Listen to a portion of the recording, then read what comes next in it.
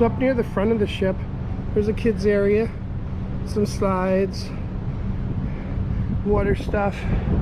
This is our Serenity deck, which is for adults only. Outdoor shower. We got our own hot tub. And this is actually just above our room.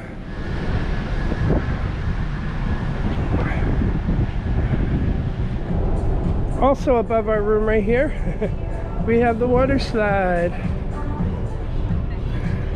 That's the Lido deck with the pool and main areas and food and everything. There's our movie screen.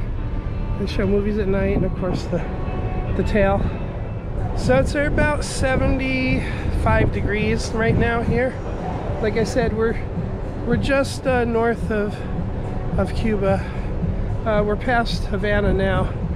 So our destination in Grand Cayman is all the way around and down. So we're excited.